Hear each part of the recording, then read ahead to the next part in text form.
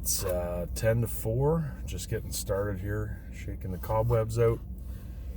Headed down to Quinte today, meet Bill Barber. I've been trying to get down to Quinte. I like to do at least 1 or 2 days a year down to Quinte, just looking for big old giant walleye. And every time we kind of plan to go, and then there'd be a monster storm or whatever, and the ice hasn't been great down there this year at all. So this might be it with the boat show next weekend, and then the season closes the weekend after. I think this might be it. So you never know what Quinte is, and I think it's lining up right.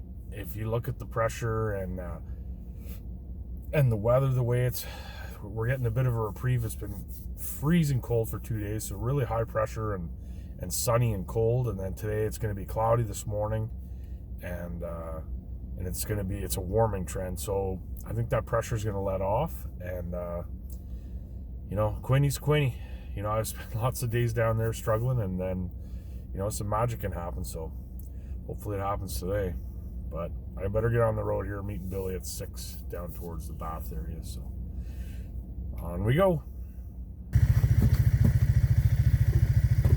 Billy's just loading up his stuff. Gonna be busy out here today.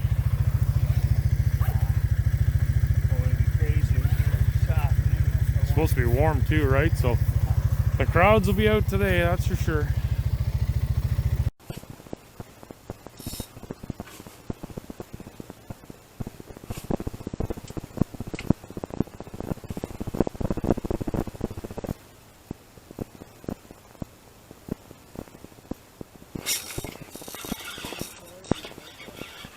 Hey, fish, little guy. Oh, maybe not.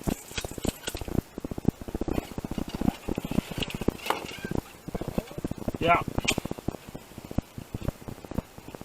Wow, was that awkward?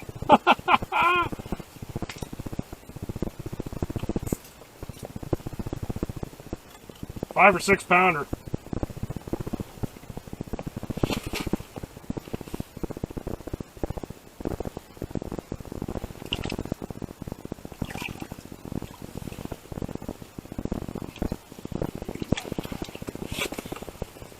Oh, at least 6.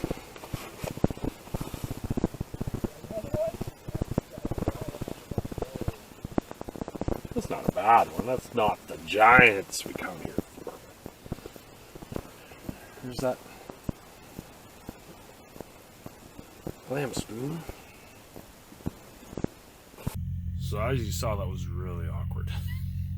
So I just got a couple fresh minnows on out of the pail, so my hand was soaked, and then that fish hit me on the upstroke, and it actually knocked my grip right off my hand, right off the rod, which is, it's never happened before. But oh well, got him. But yeah, there's some active fish around, and it seems like every time I pick this phone up, one shows up.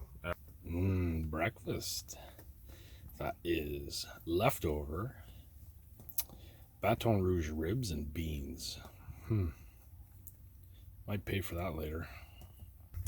Been one of those mornings. Pulled in, Bill hit a soft spot in the parking lot that we had no idea was there. So he's stuck in the parking lot. We'll have to deal with that when we go back in. Not a big deal. Came all the way out, and then his auger wouldn't start, so that was a bit of a hang up. And we just got flooded, and then we finally got it going, so that was fine. And then, yeah, so I caught fish. Bill's caught a fish, and lots of marks, but I'm not even sure the GoPro was running for the first fish. It somehow died on me. Everything seems to be a bit of a mess so far. And then I just ran out of propane. So thankfully Bill had a little green can that I threw into my buddy heater. But yeah, it's an interesting start to the morning.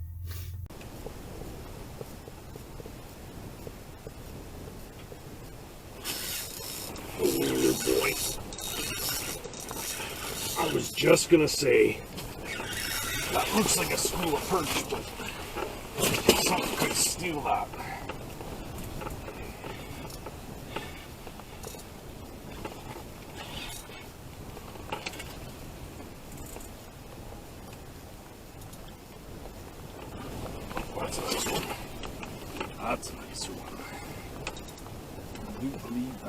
hungry. Oh, that's a big one. Billy, big one.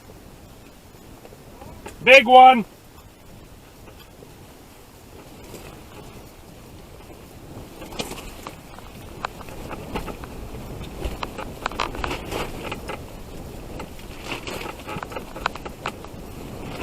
Oh my God, I wish you could see what I'm seeing down that hole.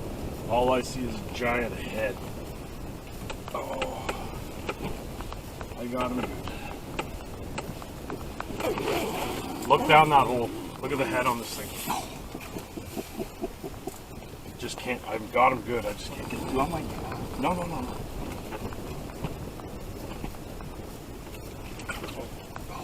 Oh my God, that's a great one. Gotcha. Oh! Boom!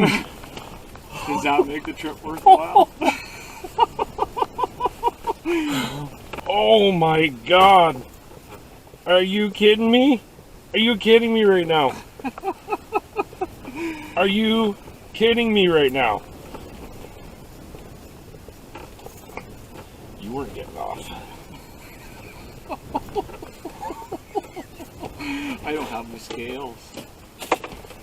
Oh, that's 14. That is a chunk. Get the belly.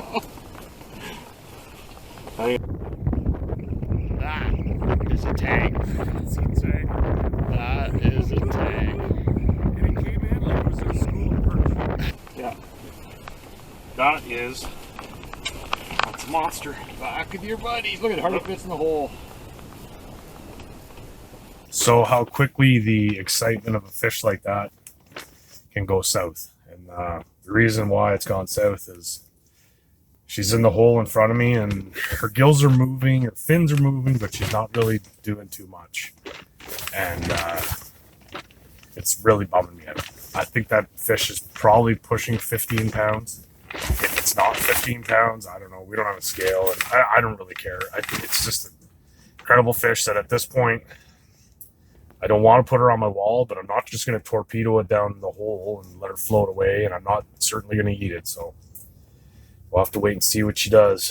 Hopefully she's just sitting there regaining her strength, and hopefully she kicks her tail. Kind of sucks to see that, but she was literally out of the water for under 45 seconds. Shot a quick video, 3 photos, and put her back in the hole. And old fish, sometimes it happens, but I hope it doesn't end up the way it's looking right now. That's insane. That is a tang.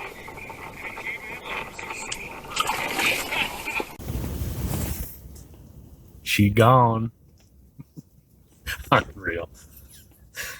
She just about soaked me. She's gone. Oh man, that felt good to hear her take off. Awesome. This is the bait I've been running out here for 2 years. Clam leech spoon. And I always put 3 minnows on it. Not that you need 3 minnows, but if you're jigging it and a minnow falls off and now you have no minnows, no good. So I put 3 on. If I lose one, don't worry, I got another one. And if I lose another one, I still have one on there. But if I have fish coming up at the look and not eating, I always want to make sure I have at least 2 minnows on all the time. But that little green and gold number right there, it's a ½ ounce. Deals with the current really good, solid, thick.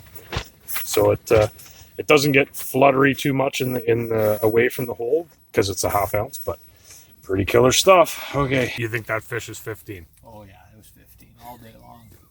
Gross. So you've been a good sport, Billy, so I'm going to offer you some of Birdie's deer. Can't catch fish, I might as well eat Vanny. There you go. Thanks, bud. Thank you. So we're kind of at a crossroads. It's probably 3 o'clock, and it's been really quiet since I caught that fish, which was around 12:15. So it gets discouraging out here, and these aren't resident fish. These are migratory fish. We're on a main deep channel coming into the bay, and there's always that internal struggle, like, are we wasting our time? And I've never, if you're in the Belleville area or whatever, there's that dusk bite that shows up, but I've never had the dusk bite really turn on here. It's usually a mid to late afternoon, 2 to 4, and it's now 3, and it hasn't happened yet. Bill just got a big jumbo perch, and I got little peanut walleye, but it's always that tough decision. Do we pack it up and head her home and get a head start on making the drive home, or do we hang it out, hang on and see what happens? But it's always a tough decision. We'll have to see. I'm probably going to make it within the next 15 minutes. Either way, I'm happy. That was a duker. Get back home here. Bill and I pulled the pin at about maybe 15 minutes after that last little clip, and it just seemed like when the sun came out, it shut down. I caught that fish right around noon. The skies kind of cleared, the sun came out.